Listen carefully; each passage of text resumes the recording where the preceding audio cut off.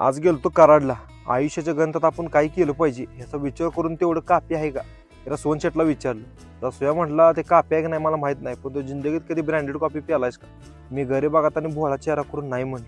रसोया म्हटला चल आज मी देतो, आणि एंट्री टाकली कराडमध्ये नवीन झालेल्या किऑस्क कॅफेला. आतमध्ये गेल्यावर सेटअप बघून आणि ॲम्बियन्स बघून धास्ती खाऊन बाहेर आलो.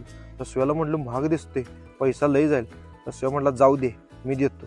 टेबलला बसून मेनू कार्ड पहिला चेक केलं आणि मनाला दिलासा मिळाला. सुरुवातीला हॉट कॉफीमध्ये कॅपुचिनो ऑर्डर केली. तोवर किचन कसं दिसतंय बघितलं. एकदम टॉपमध्ये हायजीन ठेवल्या. कॉफी बीन्स डायरेक्ट मशीनला ग्राइंड करून असं देतात.